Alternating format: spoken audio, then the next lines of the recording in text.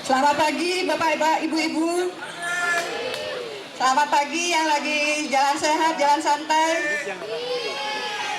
Terima kasih. Pada kesempatan ini saya, Parwati dari Dinas Kesehatan Provinsi Bali, akan sedikit memberikan informasi terkait kesehatan.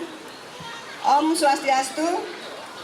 Assalamualaikum warahmatullahi wabarakatuh. Salam sejahtera bagi kita semua. Om Namo Buddhaya. Saya dari Dinas Kesehatan Provinsi Bali pada kesempatan ini yang mengurusi program gizi masyarakat akan memberikan informasi terkait permasalahan gizi yang ada di masyarakat. Dapat kami sampaikan bahwa permasalahan gizi sangat kompleks sekali. Permasalahan gizi prioritas yang ada, permasalahan gizi utama yang ada saat ini adalah antara lain masih adanya anemia remaja putri. Dari data yang ada, dikatakan 61% remaja putri kita mengalami anemia. Bisa Bapak Ibu bayangkan, remaja putri kita itu mengalami anemia, seperti apa jadinya? Bapak Ibu sudah ketahui, remaja putri itu adalah calon-calon ibu. Mungkin kita di provinsi sekarang akan melakukan gebrakan, akan melakukan upaya-upaya perbaikan gizi terutama pada remaja putri salah satunya. Wanita usia subur, remaja putri yang menjadi calon ibu sangat riskan sekali jika terjadi anemia. Kemungkinan Bapak Ibu juga tidak mengenal apa itu gizi seimbang. Remaja putri yang mengalami anemia kemungkinan tidak menerapkan pola hidup sehat, tidak mengetahui apa itu gizi seimbang. Sehingga banyak sekali permasalahan gizi yang ada belakangan ini.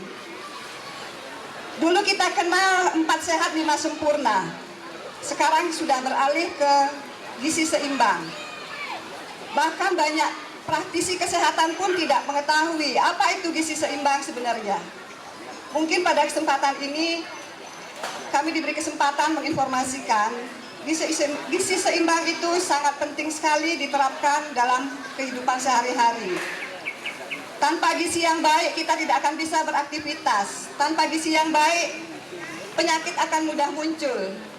Gizi yang buruk akan menimbulkan perbaikan gizi ke depannya akan berdampak tidak bagus bagi remaja putri ataupun masyarakat pada umumnya. Apa itu gizi seimbang?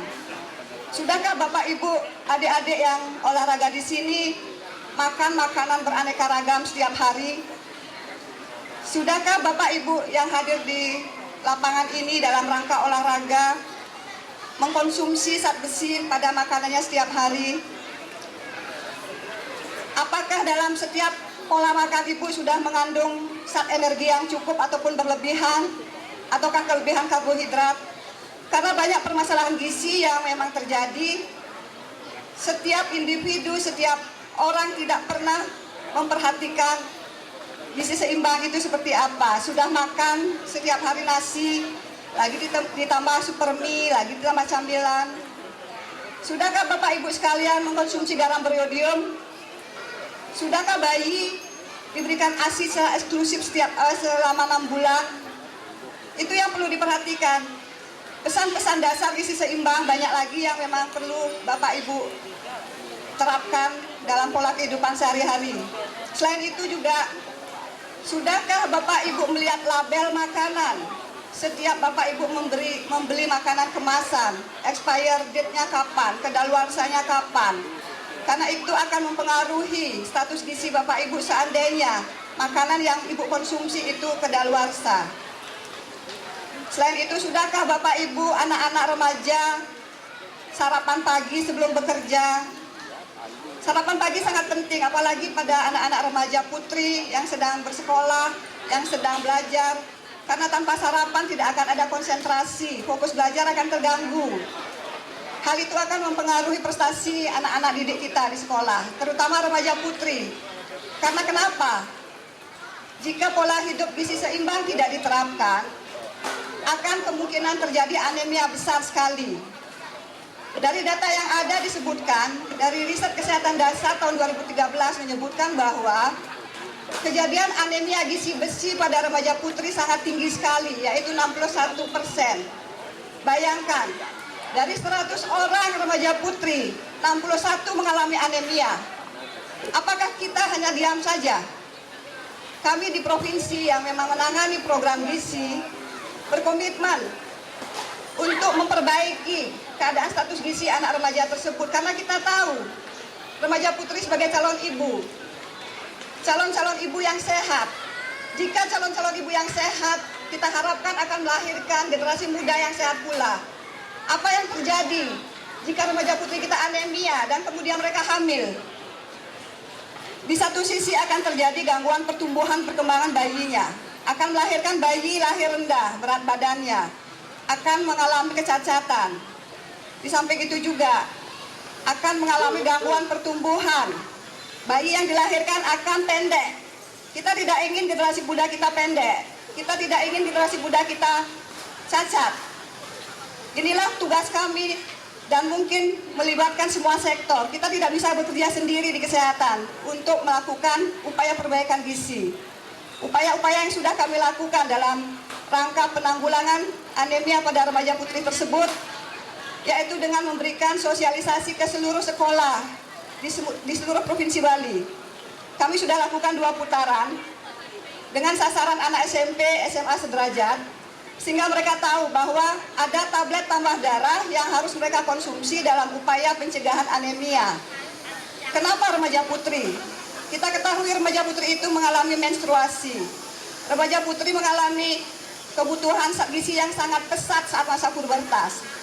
Sehingga hal itu perlu kita berikan asupan yang sangat gizi yang melalui tablet tambah darah, tidak cukup dari makanan saja. Karena diketahui asupan zat gizi yang harus dikonsumsi oleh remaja putri perharinya adalah 20 mg per hari. Sedangkan dari data yang ada, remaja putri baru hanya mengkonsumsi 5,4 mg. Jika hal itu terjadi terus-menerus, tidak kita bantu dengan suplementasi tablet tambah darah, 61% remaja putri kita akan mengalami anemia. Bayangkan, jumlah yang sangat besar sekali. Akan berisiko nantinya dalam masa kehamilan, persalinan, dan nifas. Kehamilan akan terjadi gangguan pertumbuhan. Persalinan berisiko terjadi perdarahan pada ibu. Perdarahan pada ibu melahirkan, mengancam ibu menjadi ke arah kematian ibu. Bisa Bapak Ibu bayangkan, adik-adik bayangkan. Seorang bayi yang dilahirkan ditinggalkan oleh ibunya hanya karena perdarahan, hanya karena saat remaja dia tidak minum tablet tambah darah, saat remaja anemianya tidak ditanggulangi. Sangat banyak sekali dampak buruk yang ditimbulkan. Perdarahan itu terjadi karena ibu saat remaja mengalami anemia, sehingga proses persalinannya mengalami komplikasi. Saat ini kematian ibu di Bali sampai bulan September sudah ada 51 orang. 44 hanya karena perdarahan. Perdarahan yang menyebabkan kematian.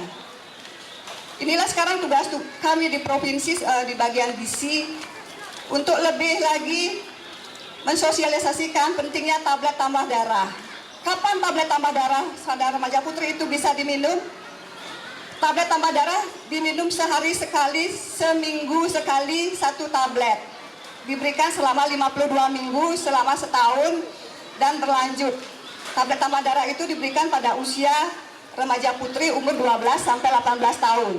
Yang diharapkan nanti ke depannya status gizi anak, anemia gizi remaja putri tidak terjadi lagi dalam jumlah besar. Bisa diantisipasi dengan minum tablet tambah darah. Selama ini kami sudah berkoordinasi bekerjasama dengan Dinas Pendidikan Kabupaten Kota dalam upaya sosialisasi tablet tambah darah ini. Karena begitu dampaknya begitu besar sekali seandainya remaja putri kita tidak ditangani anemianya.